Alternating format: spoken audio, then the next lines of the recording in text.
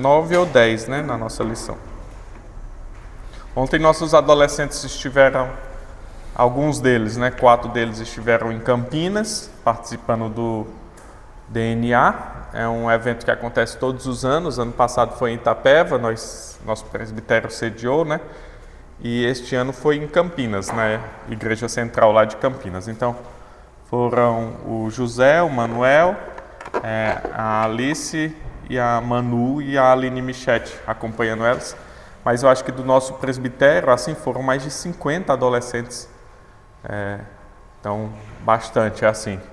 Nós somos do nosso sínodo, nós sempre somos praticamente o que leva mais adolescentes e jovens para esses eventos, né? Então, cada vez nossos adolescentes aqui de Itaporanga estão indo mais longe, né? Isso é muito bom para desenvolver o convívio cristão deles, né? Porque às vezes ficam aqui no colégio e tudo e não tem contato com outros, né? Somente com os aqui da igreja, cristãos, né?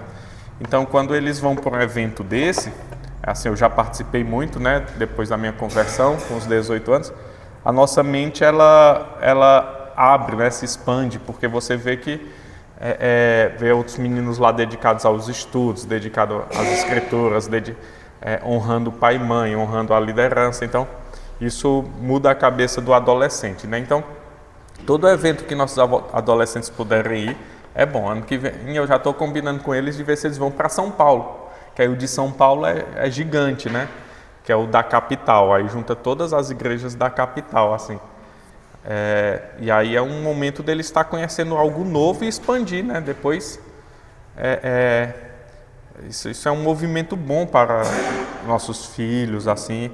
Você vê o José, o Manuel, eles já chegam nesses eventos, já têm amigos dos outros, né? Então, um amigo de Itapeva, um amigo de Campinas, um amigo de São Paulo. Então, isso vai fazendo uma rede legal, assim, de interação e não só de... às vezes você faz amizades online assim que nem conhece a pessoa, né?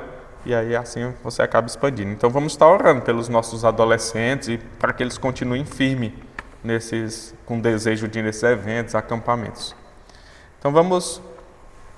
dar continuidade, vamos abrir lá em Daniel. Hoje é do 3 ao 6, mas a gente ainda vai ver uma parte do 2. Disso a gente vai sempre voltando, porque há algumas coisas que nós vamos ter que ir voltando porque tem muitas visões, muitas coisas.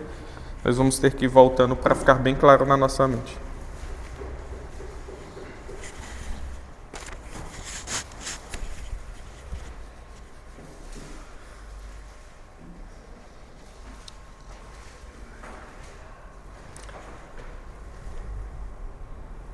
Então, o que é que acontece? Daniel, ele é levado cativo com os seus amigos, nós vimos isso semana passada, com as pessoas mais inteligentes, mais sábias do reino lá de Israel, do reino do sul, por Nabucodonosor. Então, a primeira leva, ele leva as pessoas mais bonitas, mais sábias, mais inteligentes do reino para poder servir bem o reino lá da Babilônia. Então, Daniel é levado nessa leva com seus amigos. Ele decifra uma visão que o rei tem, e esse decifrar dessa visão, juntamente com os seus amigos, faz com que eles ganhem renome no reino. Então, Daniel vai servir diretamente ali o rei e os seus amigos as províncias. Então, eles ficam bem vistos, e isso é muito bom. E eles sempre glorificam o nome de Deus através disso. Eles não apontam para eles mesmos, olha, eu sou um adivinho, eu sou muito inteligente. Não, eles falam, não, Deus que me deu essa possibilidade de ver essas coisas. E aí no capítulo 2, há a visão do rei, né? E aí nós observamos que a partir do versículo 31, que ele diz assim, capítulo 2, 31. Tu, ó rei, estava vendo, e eis aqui uma grande estátua, esta, que era imensa e de extraordinário esplendor, estava em pé diante de ti. E a sua aparência era terrível. A cabeça era de ouro de fino ouro, o peito e os braços de prata, o ventre e os quadris de bronze, as pernas de ferro, os pés em parte de ferro, em parte de barro. Quando estavas olhando, uma pedra foi cortada sem auxílio de mão, feriu a estátua nos pés de ferro e de barro e os esmiuçou. Então foi juntamente esmiuçado o ferro, o barro, o bronze, a prata e o ouro, os quais se fizeram como palha das eiras no estio. E o vento os levou, e deles não se viram mais vestígios. Mas a pedra que feriu a estátua se tornou em grande montanha, que encheu toda a terra. Este é o sonho, também a sua interpretação diremos ao rei. Então, esse é o sonho que Nabucodonosor teve, né? Uma grande estátua com ouro, prata, bronze, ferro e barro misturado ali nos pés. E uma pedra vem, atinge o pé dessa estátua e ela toda desmorona como feno, né? Como nada, assim. Então essa visão, e aí Daniel e seus amigos, eles dão a interpretação. Tem aqui uma imagem, só que essa imagem ela também vai mostrar outras. Ela vai mostrar outras. Dá pra ver. Ela mostra as outras também. Ali Daniel 7, depois Daniel 8. Mas o que a gente vê? Primeiro a cabeça, né? Dessa estátua é mostrada no 2:32. Aqui a cabeça, o peito, o ventre, aí do 33, as pernas de ferro, os pés, parte de ferro, parte de barro. E aí, Daniel, ele dá a interpretação. O que é essa cabeça? Agora lá no 38. Tu, ó rei, rei dos reis, a quem Deus do céu conferiu o reino, o poder, a força e a glória, a cujas mãos foram entregues os filhos dos homens, onde quer que eles habitem, os animais do campo e as aves do céu, para que dominasse sobre todos eles. Tu és a cabeça de ouro. Então, nessa visão que Nabucodonosor teve, ele é a cabeça de ouro. Por quê? Porque Deus o deu para ele reinar sobre todos. Então, é como se ele estivesse vendo assim como o mais sublime rei. 39, depois de ti se levantará outro reino, inferior ao teu, e o terceiro reino, de bronze, o qual terá domínio sobre a terra. O quarto reino será forte como ferro, pois o ferro a tudo quebra e esmiuça.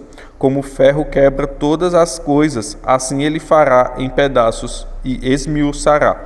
Então veja, ele está descrevendo assim, como se ouro é o reino da Babilônia, mais forte, o mais sublime. Aí depois vem um reino mais fraco, que são os braços e o tórax, que é um reino de prata. Depois vem outro reino, que também será glorioso, mas não tão forte, que é o reino de bronze. Aí depois vai vir um reino que destrói tudo, que é o reino de ferro, que são as pernas. Então, o sonho que ele está tendo, Daniel descreve dessa forma. O quarto reino será 41. Quanto ao que vistes dos pés e dos artelhos, em parte de barro, de oleiro, em parte de ferro, será esse um reino dividido. Contudo, haverá nele alguma coisa da firmeza do ferro, pois que viste o ferro misturado com barro de lodo. Então veja, os pés são um reino que virá, esse reino dividido, porém com um pouco de força. É barro misturado com ferro. Então é um reino que será dividido, em constante divisão, porém com força.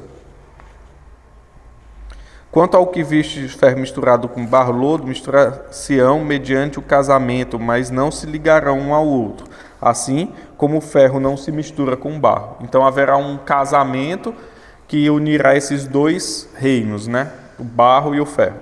Mas nos dias desses reis, Deus do céu suscitará um reino que não será jamais destruído. Este reino não passará a outro povo, esmiuçará e consumirá todos estes reinos, mas ele mesmo subsistirá para sempre. Então, essa pedra é esse reino de Deus que destruirá todos os outros reinos. Então essa é a visão que Nabucodonosor teve e a interpretação de Daniel. Alguns estudiosos eles vão falar que essa interpretação ela tem duplo cumprimento. A gente pode entender algumas profecias da Escritura como duplo cumprimento. Como assim? Porque, por exemplo, essa visão, como Daniel revela, ela representa reinos reais da história que já aconteceu. Por exemplo, existiu um reino da Babilônia, que foi um reino riquíssimo. Nabucodonosor foi rei e eles dominaram sobre muitos. Depois da Babilônia, o Medo-Pérsia, o reino da Medo-Pérsia, dominou sobre a Babilônia e era um reino forte, mas não tão como a Babilônia. Depois a Grécia dominou sobre todos esses reinos. Aí possivelmente as pernas, que era um reino forte, que destruía tudo, se referia a Roma. Roma veio e dominou sobre esses reinos.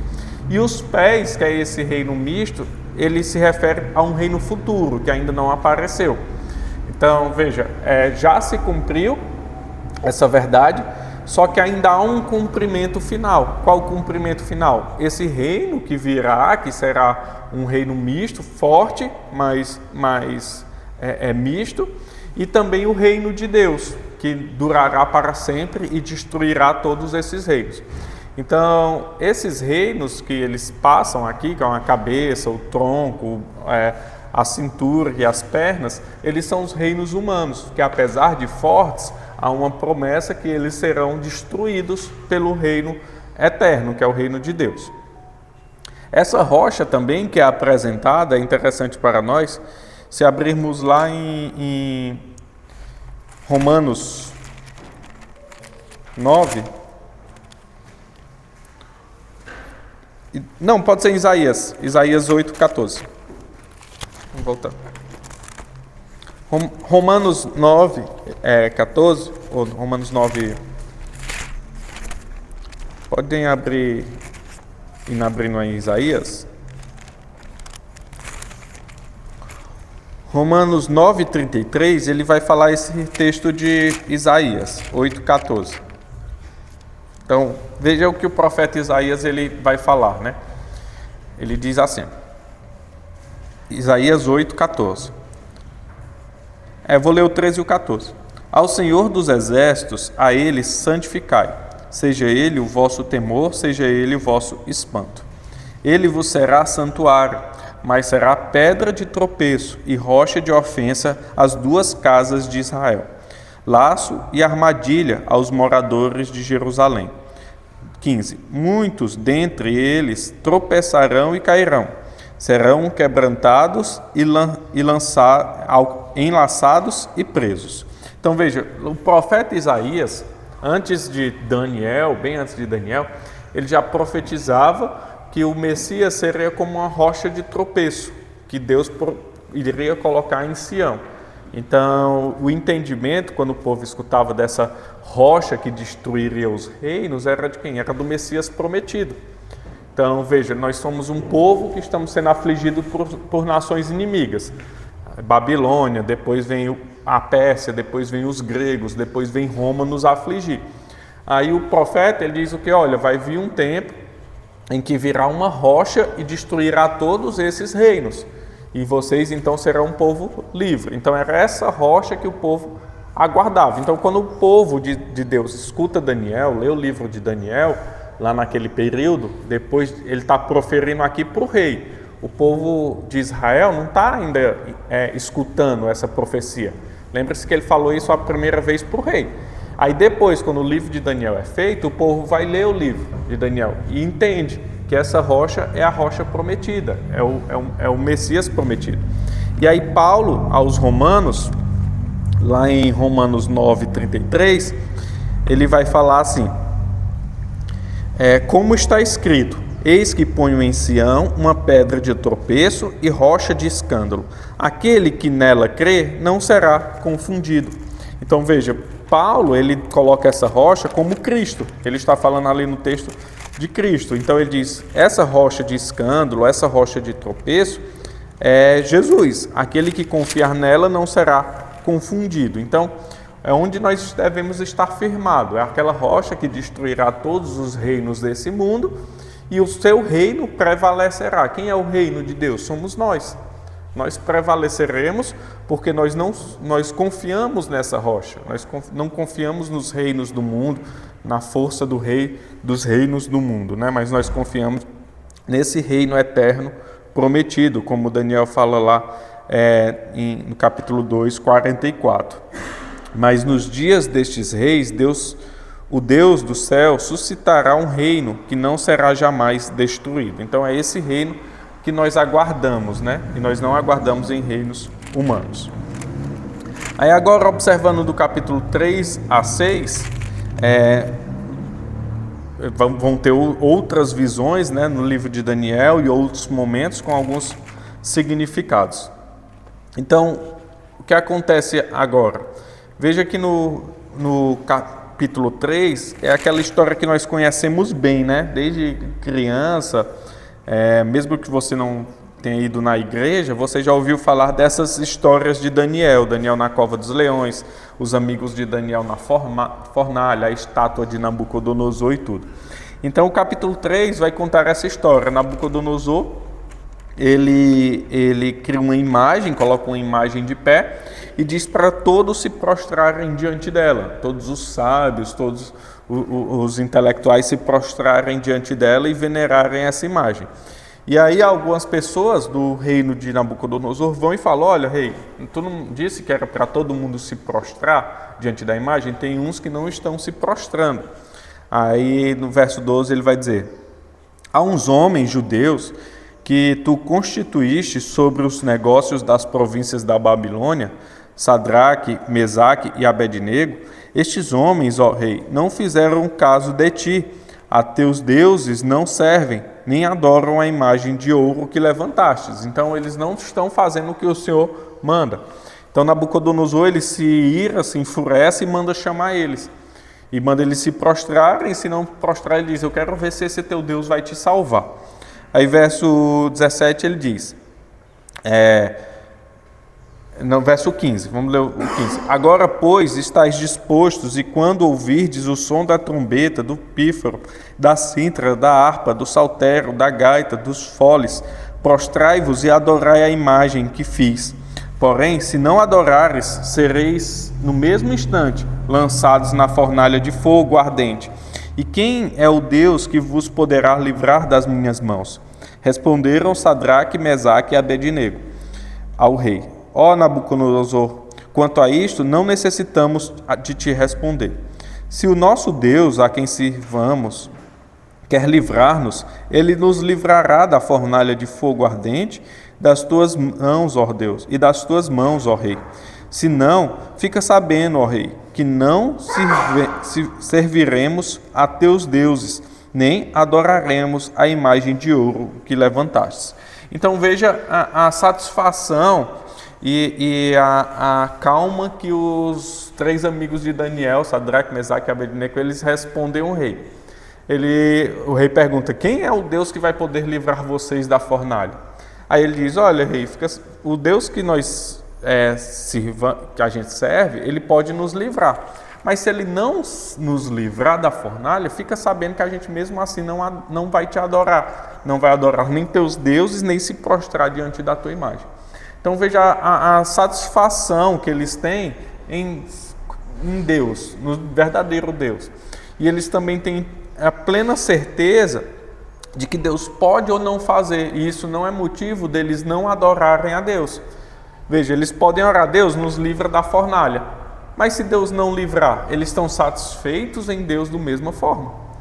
Então Deus deu, Deus tirou, bendito seja o nome do Senhor, como diz Jó, né?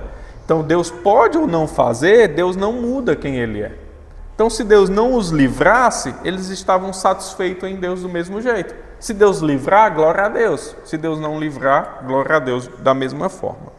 Então Nabucodonosor, ele pede para que eles aumentem a fornalha em 7 vezes o calor dela e coloca eles lá, né? E aí no verso 25, veja o que diz: tornou ele a dizer, ele diz, a gente não jogou, foi 3 homens lá? Aí tornou ele a dizer: Eu, porém, vejo 4 homens soltos que andam passeando dentro do fogo, sem nenhum dano. E o aspecto do quarto é semelhante ao filho dos deuses. Aí, verso 28, falou Nabucodonosor e disse: Bendito seja o Deus de Sadraque, Mesaque e Abednego, que enviou o seu anjo e livrou os seus servos, que confiaram nele, pois não quiseram cumprir a palavra do rei, preferindo entregar o seu corpo a servirem e adorarem a qualquer outro Deus, senão ao seu Deus. Portanto, faço um decreto pelo qual todo o povo, nação e língua que disser blasfêmia contra o Deus de Sadraque, Mesaque e Abednego, seja despedaçado, e as suas casas sejam feitas em monturo, porque não há outro Deus que possa livrar como este. Então veja, pela fidelidade deles, o rei proclama que o Deus daquela nação é o de Sadraque, Mesaque e Abednego, e ele não pode mais ser blasfemado, e quem blasfemar vai sofrer. Nós somos levados nesse texto lá em Apocalipse 11, 12, 12, 11, desculpa. Apocalipse 12, 11.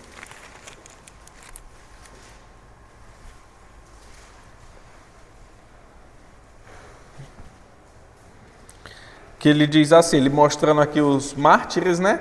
E aí nós somos levados a esse texto. Eles, pois, o venceram por causa do sangue do Cordeiro e por causa da palavra do testemunho que deram.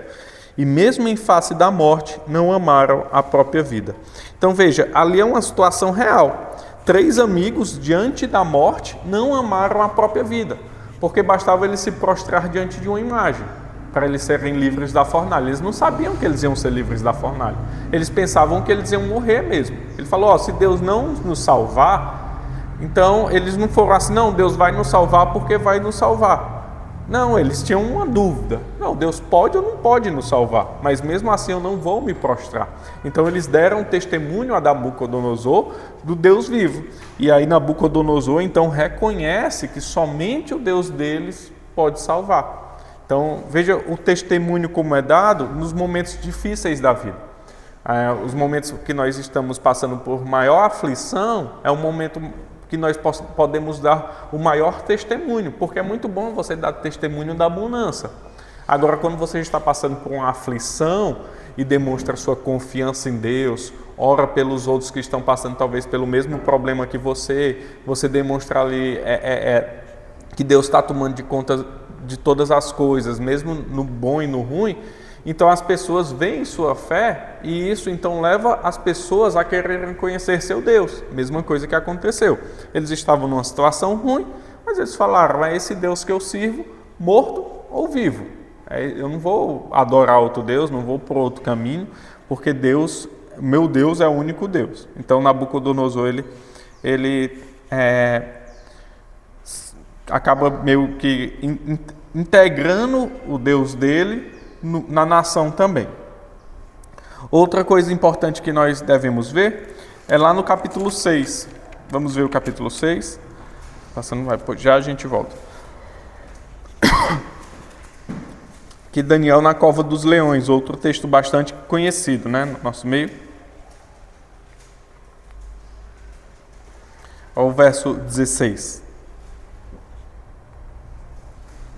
Vou ler o 14 a 16. Tendo o rei ouvido estas coisas, ficou muito penalizado e determinou consigo mesmo livrar Daniel. E até ao pôr do sol se empenhou em salvá-lo.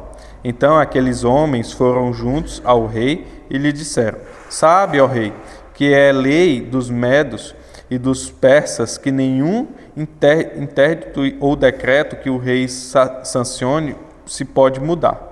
Então o rei ordenou que trouxessem a Daniel e o lançassem na cova dos leões. Disse o rei a Daniel: O teu Deus, a quem tu continuamente serves, que ele te livre. Então, veja, o rei vai jogar Daniel na cova dos leões e diz que esse teu rei te salve, né? Mas confiando ou não confiando. Mas ele já tinha um apreço por Daniel, porém, quando os homens chegam e dizem, olha, um decreto do rei não pode ser mudado. Se diz que deve ser levado à morte, tem que ser levado à morte, senão o rei que perderia a sua força, né? Verso 20 e 21 agora. Chegando-se ele à cova, chamou por Daniel com voz triste. Disse o rei a Daniel: Daniel, servo do Deus vivo, dar-se-ia o caso que o teu Deus, a quem tu continuamente serves, tenha podido livrar-te dos leões? Então Daniel falou ao rei: Ó rei, vive eternamente. Aí 22. O meu Deus enviou a seu anjo e fechou a boca aos leões, para que não me fizessem dano, porque foi achado em mim inocência diante dele. Também contra ti, ó rei, não cometi delito algum. Então veja, então é 2 vezes que Deus salva seus servos mediante uma situação em que ele age de forma milagrosa, de forma não convencional. Por quê? Porque há um propósito maior para ser cumprido, que é a propagação, glorificar o nome de Deus e a propagação do Evangelho. O Evangelho já aqui nesse momento, que há um Deus vivo que domina sobre todos, né? Deus domina sobre as nações, Deus domina sobre os animais, Deus domina sobre o fogo, sobre a água, sobre todas as coisas. Ele não é Deus somente de homens, não é Deus somente de animais, mas ele também é Deus de todos os elementos. Jesus acalma a tempestade. Deus, ele faz com que o fogo não queime. Então veja o poder do nosso Deus, né? O soberano Senhor. Então nos capítulos 3 a 6 de Daniel, Deus é demonstrado como aquele que protege seu povo e domina sobre todas as nações. Então veja, Deus ele protege seu povo em qualquer circunstância. Ele tem um propósito para todas as coisas. Mas nós devemos estar o quê? Satisfeitos nele. Veja como os amigos de Daniel agiram diante de um momento ali de possível morte. Veja como Daniel age, não perdendo sua fé em um momento de possível morte, né? Eles adoram ao Senhor em qualquer circunstância e Deus age com benevolência para com ele, os protegendo. E veja como o Senhor domina sobre todas as nações. Versos 25 a 27 do capítulo 6. Então o rei Dário escreveu aos povos, nações e homens de todas as línguas que habitam em toda a terra: paz vos seja multiplicada. Faça um decreto pelo qual, em todo o domínio do meu reino, os homens tremam e temam perante o Deus de Daniel, porque ele é o Deus vivo e que permanece para sempre. O reino não será destruído e o seu domínio não terá fim. Ele livra e salva e faz sinais e maravilhas no céu e na terra. Foi ele quem livrou a Daniel do poder dos leões. Daniel, pois, prosperou no reinado de Dário e no reinado de Ciro, o persa. Aqui já é pós-Nabucodonosor. Aqui já passa-se um tempo, é depois do rei de Nabucodonosor, já outro rei, Daniel continua servindo. Então, veja como o Senhor, ele age em todas as nações, ele não está delimitado a um território físico, mas o Senhor é rei de todas as nações. E como o Senhor se propaga nas nações? O Senhor escolheu um método, qual foi? Do seu povo dar testemunho sobre ele. Então veja, a gente já viu lá em Ezequiel que o Senhor ele não estava ali no território de Israel, mas falou com Ezequiel em outro local. A gente está vendo que Daniel e seus amigos estão em outro local, dominado por outro rei, que servem outros deuses, mas Deus usa a vida desses jovens para testemunhar o Evangelho, testemunhar o Deus verdadeiro, e então os reis se convertem. Por quê? Por causa da fé deles. O que fala primeiro é sua vida. Você pode pregar o Evangelho, mas as pessoas vão querer ver esse Evangelho em você. Essa é a verdade. O Espírito Santo que vai convencer aquela pessoa, o Espírito Santo que vai fazer a palavra ser eficaz, mas as pessoas constantemente, isso todo mundo já deve ter passado por isso, elas vão lhe comparar com a Bíblia. É aquela palavra, aquela frase que diz, né? Você é a Bíblia que o povo lê, né? Então, você prega uma coisa, se você não viver em conformidade com aquilo, as pessoas vão lhe criticar constantemente. E muitas vão até se afastar do Evangelho. Pedro, ele trabalha isso falando o quê? que pela sua forma de viver, você atrai as pessoas ao Evangelho. Não atrai a salvação somente através das Escrituras, com o poder do Espírito Santo tornando eficaz. Mas você, com sua vida, vai atrair as pessoas para próximo de você, para próximo do Deus que serve, e então você vai pregar esse Deus a quem você serve. Então, se eu sou um bom marido, se eu sou um bom filho, se eu sou um bom pai, eu não tenho que apontar para mim, eu tenho que apontar para Deus. Ah, por que você é um bom filho? Porque eu sirvo um Deus vivo, porque me ensina o que é paternidade, eu sirvo a Jesus que me ensina o que é ser um bom filho. Então, é dessa forma que Daniel e seus amigos faziam, eles sempre apontavam para Deus. Olha, por que você está fazendo isso? Porque eu sirvo um Deus vivo. Vamos ver se esse Deus vivo aí te livra da fornalha. Livrou. Pois é, esse Deus vivo aí é verdadeiro mesmo. Entendeu? Então, pelo estilo de vida, eles atraem atenção e então pregam o Evangelho. Isso é comum em toda a Bíblia. Toda a Bíblia, Deus usa do mesmo estilo. Deus, ele tem seus eleitos, tem seus filhos em todo o mundo, e ele escolheu um método para que seus filhos fossem chamados para perto dele. Qual é o método? O pregar do Evangelho. Então, desde o início é assim. Desde o início, Deus age através de seres falhos que somos nós, né? Você vê, Deus age através de Isaías. Isaías diz: ai de mim, que sou homem de boca e olhos impuros. Deus agiu através de Davi. Quem era Davi? Um homem falho. Deus agiu através de Moisés. Quem era Moisés? Um homem falho, nem entrou na terra prometida. Deus agiu através de Arão. Quem é Arão? Um homem falho. Deus agiu através de Sansão. Quem é Sansão? Um homem falho, que quebrou os mandamentos tudinho. Entendeu? Então, Deus agiu através de Paulo. Quem era Paulo? Perseguidor da igreja. O único que não é falho é Jesus Cristo na Bíblia. O resto tudinho são homens falhos que Deus usa apesar de quem eles são. Para quê? Para propagar o Evangelho. Então, Deus não mostra força em nós, Ele mostra a força nele, né?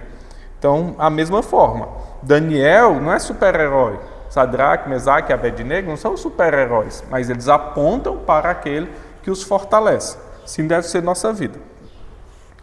Em Daniel somos fortalecidos em fé, pois assim como ele e seus amigos, nós somos um remanescente fiel, chamados para o reino de Deus, e que apesar das provações e desafios, devemos nos manter fiéis até o fim, como diz lá em Apocalipse. Vamos mais uma vez lá.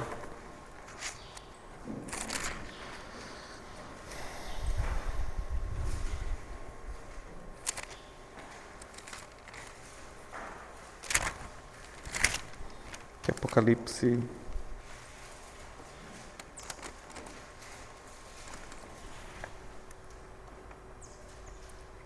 pegar aqui o texto.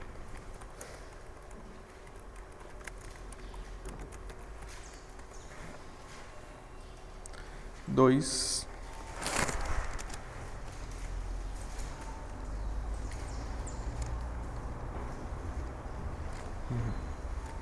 Então, tem alguns versos, olha. No 2:7. Quem tem ouvidos, ouça o que o Espírito diz às igrejas. Ao vencedor, dar-lhe-ei que se alimente da árvore da vida, que se encontra no paraíso de Deus. Agora, lá no 10, capítulo 10.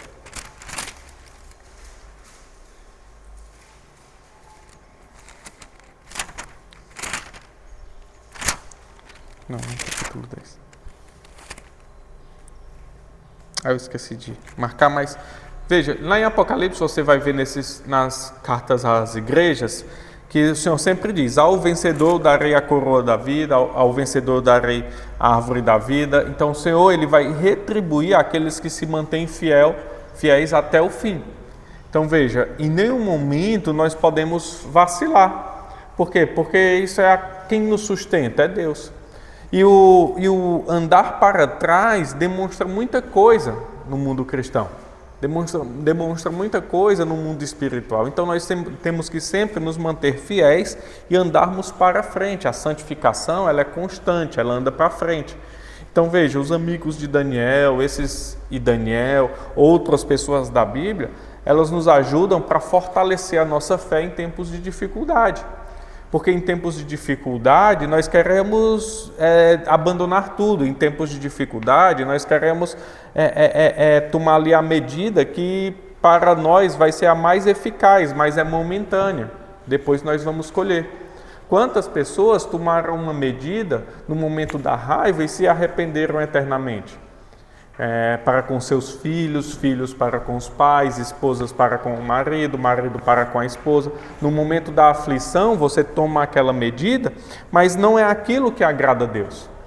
Aí você vê alguém como Daniel, você vê alguém como Sadraque, Mesaque e Abednego, que existiram de fato. Aqui não é historinha de criança, é uma história real. Esse rei existiu, você pode ver em livros de história, você pode ter em tudo, essas histórias reais. Aí você imagina 3 jovens diante de uma fornalha pegando fogo. Muitos ali iam falar, podiam até negar antes de ver a fornalha, mas quando vê uma chama ardendo, aquele fogo queimando, aí você diz, não, peraí, eu me prostro. Mas eles não, 3 jovens, no começo da vida, o Daniel ainda, no começo da vida, ali diante de leões. Quantos mártires, lá quando, se você tiver a oportunidade de ir na Itália, em Roma, aí tem aquele Coliseu, né, que o povo posta foto que ele é quebrado. Todo mundo já viu o Coliseu? Já, né? O Coliseu ali, qual era o maior espetáculo do Coliseu? Eram cristãos serem massacrados. Esse era o futebol da época. Tinha os Jogos Olímpicos que aconteciam também, aquele filme Esparta ele demonstra, que ele tipo Jogos Olímpicos, batalhas, e aconteciam lá também, mas o espetáculo maior era o quê? Cristãos serem aprisionados, aí eu, Aline, Rafi e Joaquim era jogado lá no meio da arena, e eles soltavam animais ou guerreiros para batalhar contra nós 4. Aí eu, a Aline, o Rafi e o Joaquim, na mesma idade, bebezinho, contra 5 guerreiros com espada e machado. O que é que vocês acham que acontecia? E o povo vibrando, vendo crianças sendo massacradas, vendo esposas sendo estupradas, vendo leões e cachorros devorando o Rafi. Então era isso que acontecia. E eles faziam o quê? Não negavam. Eles morriam de joelhos orando. Isso você vai encontrar no livro dos mártires, você vai encontrar em diversos livros históricos, que era verdade que acontecia. Então, veja, e às vezes, diante de uma situação que para nós é impossível, a história dos mártires ou daqueles que foram colocados sua fé à prova, nos fortalece. Essas histórias desse povo de Deus servem para nos fortalecer. O que você faria diante da morte? Porque é muito fácil, a vida que nós levamos cristã, é fácil. Mas eu tenho dificuldade com meu filho, mas a igreja fica domingo, de manhã, não sei o quê. Mas veja o que o povo passou, né? Então essas histórias, como a de Daniel, servem para fortalecer nossa fé e nos tirar da zona de conforto. Porque de fato existiu. De fato, um jovem foi jogado na cova dos leões. De fato, 3 amigos jovens foram jogados numa fornalha ardente e sobreviveram porque não negaram sua fé. Então, isso nos tira da zona de conforto, histórias como essa. Quando nós lemos as Escrituras, nós devemos ter 2 sentimentos. Um de confronto constante. Quando a gente lê essa história de Daniel, não é uma história de criança para ser contada ali na salinha. Isso aqui, gente, é para mexer com o nosso coração, para incomodar mesmo. E outra, além de nos incomodar, nos fortalecer em fé. Porque diz, assim como eles, eu sirvo ao mesmo Deus. O Deus que fez isso ontem, Ele pode fazer isso hoje. Ele pode mudar qualquer situação. Ele pode mudar laços, Ele pode mudar o fogo, Ele pode mudar a água, Ele pode fazer o que Ele quiser. Então, fortalece nossa fé. Continuando. Então,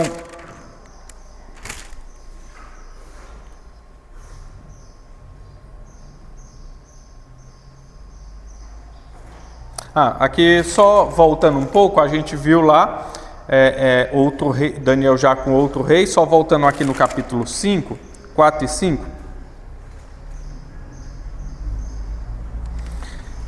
Verso 10 do capítulo 4. Nabucodonosor ele tem outra visão e aí Daniel, ele pede para Daniel decifrar essa nova visão, né? Era assim a visão da minha cabeça quando eu estava no meu leito. Eu estava olhando, verso 10 do capítulo 4, e vi uma árvore no meio da terra, cuja altura era grande. Crescia a árvore e se tornava forte, de maneira que a sua altura chegava até o céu, e era vista até os confins da terra. Sua folhagem era formosa e o seu fruto abundante, e havia nela sustento para todos. Debaixo dela os animais do campo achavam sombra, e as aves do céu faziam morada nos seus ramos, e todos os seres viventes se mantinham nela. No meu sonho, quando eu estava no meu leito, vi um vigilante, um santo, que descia do céu, clamando fortemente e dizendo: derribai a árvore, cortai-lhe os ramos, derriçai-lhe as folhas, espalhai o seu fruto, afugentem os animais debaixo dela e as aves de seus ramos. Aí verso 17 agora, esta sentença é por decreto dos vigilantes e essa ordem por mandado dos santos, a fim de que conheçam os viventes que o Altíssimo tem domínio sobre o reino dos homens, e o dá a quem quer, e até aos mais humildes dos homens constitui sobre eles. Isto vi eu, rei Nabucodonosor, em sonho. Aí, passando um pouco, verso 22, o que é que Daniel diz? Quem é este que fazia morada no céu, tudo? Quem é a árvore? Ele diz: és tu, rei, que crescente e vieste a ser forte. Então, a quem se refere este? Ao rei. 24. Esta é a interpretação, ó rei, e este é o decreto do Altíssimo, que virá contra o rei, meu senhor. Aí, verso 27, estou pulando aqui, eu volto falando. Porque o rei aceita o meu conselho e põe termo pela justiça em teus pecados e as tuas iniquidades, usando de misericórdia para com os pobres, e talvez se prolongue a sua tranquilidade. Verso 30, falou o rei e disse: não é esta a grande Babilônia que eu edifiquei para a casa real, com o meu grandioso poder e para a glória da minha majestade? Falava ainda o rei quando desceu uma voz do céu: a ti se diz, ó rei Nabucodonosor, já passou de ti o reino. Então veja, o que Nabucodonosor tem um sonho de uma árvore maravilhosa, gigantesca, que chega ao céu. Vem um mensageiro e diz: derriba essa árvore, espalha, não deixa nada. E aí Daniel diz: quem é essa árvore? É tu, rei, que tem um reino grandioso, porém está em pecado e em soberba. E aí, por causa da soberba do rei, Deus então age, dá o juízo contra o rei, por causa da soberba do rei Nabucodonosor. Porque o que é que Daniel diz? Quem levanta e derruba reis é o Senhor. Então, aquele que está em determinada posição, ele tem que saber da sua insignificância, que Deus é quem o colocou lá e ele deve servir a esse Deus e apontar para Deus. Veja, Daniel e seus amigos, quando tiveram em uma posição de destaque, jamais eles falaram: graças a mim, não, graças a Deus. Então Nabucodonosor diz: eu que construí a Babilônia, olha o tamanho do meu reino, olha o que eu fiz para a minha glória. E Deus não divide sua glória com ninguém. Então isso foi o fim do rei Nabucodonosor. Então ele fica louco, depois ele volta, ele se arrepende, ainda reina um pouco. Indo um pouco mais à frente aqui, verso 34. Mas ao fim daqueles dias, eu, Nabucodonosor, levantei os olhos ao céu, tornou-me vir o entendimento, e eu bendisse o Altíssimo, e louvei e glorifiquei ao que vive para sempre, cujo domínio é sempre eterno, e cujo reino é de geração em geração. Então ele ainda tem um pouco de clareza, ele fica louco, ainda tem um pouco de clareza, e então ele bendiz o rei dos reis, né? Deus. Um pouco mais à frente, capítulo 5, verso de número 19 e 20.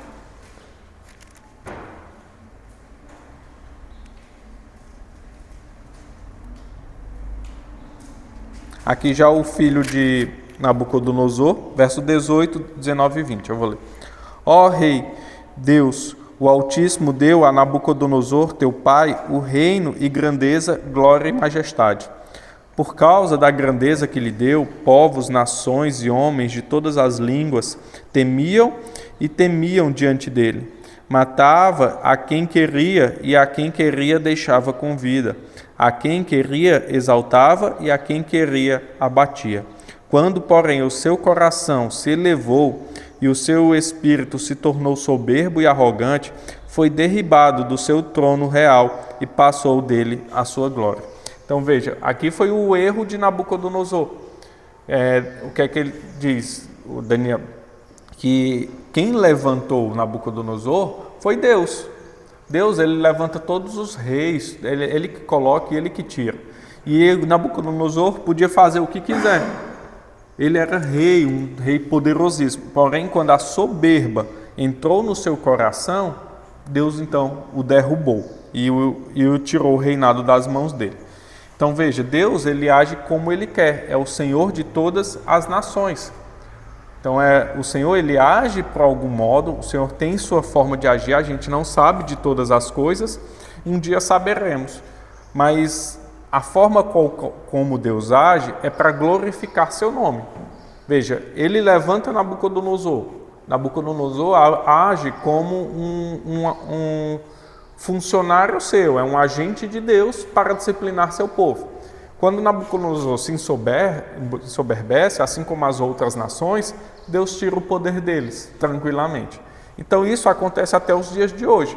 Nós não sabemos porque X ou Y é presidente no mundo todo, não estou falando do Brasil. Em todo lugar, nós não sabemos porque as coisas estão acontecendo. Mas Deus tem um propósito para todas as coisas. E na hora que Ele quiser mudar qualquer situação, Ele muda. Mas nós estamos satisfeitos neles, né? No Senhor. Devemos entender nesses capítulos que Deus é glorificado por meio da nossa fidelidade nos dias bons e nos dias de provação. Então nós devemos glorificar a Deus e darmos graças a Ele nos dias bons e nos dias ruins. Tessalonicenses vai demonstrar isso. Em tudo dai graças porque é a vontade de Deus. Então não é assim, passei por uma situação difícil, glória a Deus. Não, você não vai dar glória a Deus porque você pegou uma doença. Mas você vai glorificar o nome de Deus como? Estando satisfeito nele, sabendo que Ele não te abandonou porque você ficou doente ou porque você está passando por alguma dificuldade. Sabendo que Deus está cuidando de todas as coisas e a vontade dEle está sendo feita. Você não pode entender, a vontade dEle é que eu fique doente? Não, mas Ele pode ter um propósito nisso. É difícil a gente confirmar essas coisas porque parece estranho para a gente. Mas Deus não deixa de ser bom. Às vezes a gente só diz, Deus é bom quando a gente recebe uma bênção. Mas Deus é bom também quando a gente está em dificuldade. Deus não muda. Mas a gente tem que entender que Deus tem um propósito maior que os nossos. A gente pode não enxergar hoje, mas um dia a gente saberá. Os homens e nações mais poderosas da terra não escaparão do juízo de Deus. Então, ninguém passará impune ao tribunal de Deus. E isso nos conforta, porque por mais que nós sejamos oprimidos, por mais que nós tenhamos dificuldades nessa vida, ou nós soframos por causa de alguma governante, ou por causa de algo que está acontecendo no mundo, o que nos conforta é saber que um dia todo mundo passará diante do tribunal de Deus. E lá não haverá um Deus injusto, mas lá haverá um justo juiz. Então, o nosso conforto também está nisso. Também devemos entender que Deus transforma em possível aquilo que para nós parece impossível. Então, às vezes você está diante de uma situação que você diz, não tem mais jeito. Mas a gente nunca deve falar isso. A gente sempre deve o quê? Até o momento que Deus nos levar ou Ele retornar, acreditar numa possível mudança, seja ela qual for. Você está orando pela conversão de alguém, não canse de orar. Você está orando por uma mudança de situação, não canse de orar. Você está orando por cura, não canse de orar. Porque nós servimos a um Deus do impossível. Então, histórias como essa, no livro de Daniel, nos servem para fortalecer a fé. e nunca desanimarmos, sempre andar para frente. Então, vamos encerrando aqui. Alguma dúvida ou contribuição? Pode falar. Oi? A gente vai chegando no fim, mas ele foi levado cativo, né? Ele tem família em Jerusalém, né? Mas não cita aqui. Ele foi levado cativo com os jovens. A gente sabe o que de Daniel? Que ele era um jovem sábio, porque a primeira leva que foi levada por Nabucodonosor foi daqueles mais sábios, mais inteligentes, de boa aparência do povo do reino. Então Daniel é levado com esses cativos.